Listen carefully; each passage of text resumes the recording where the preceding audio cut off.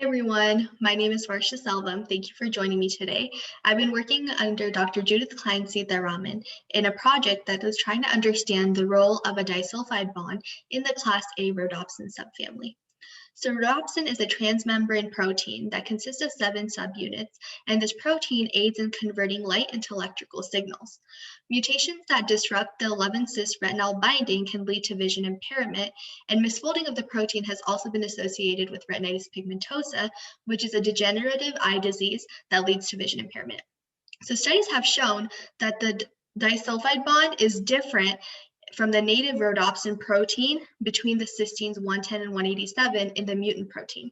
So in this diagram here, we can see that the disulfide bond is outlined in yellow, and this disulfide bond is between the cysteines in position 110 and 187.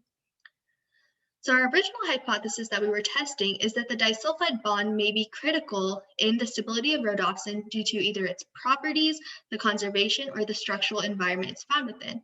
So when we did the study of the conservation, we looked at the conservation across multiple classes of GPCRs, and we found that in the rhodopsin-like class family, less than 10% of the sequences were missing either cysteine 187 or 110. But the disulfide bond was largely but not fully conserved across all families. So this must have not been special in the stability of rhodopsin. So then we looked into the structure surrounding it. So when we looked at the crystallized structures of GPCRs, we have a couple structures here in this diagram. And what we can see here is in these second extracellular loops, there are multiple configurations that are supported.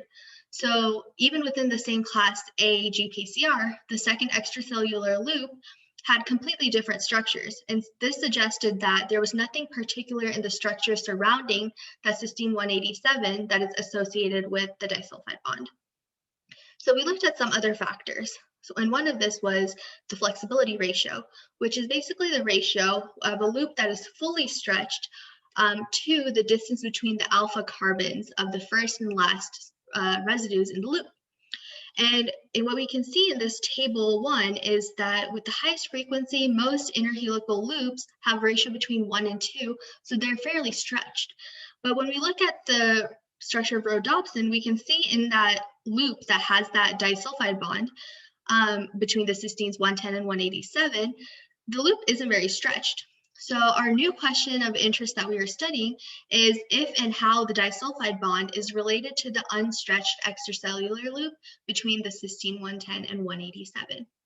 Thank you for joining me today, and please let me know if you have any questions.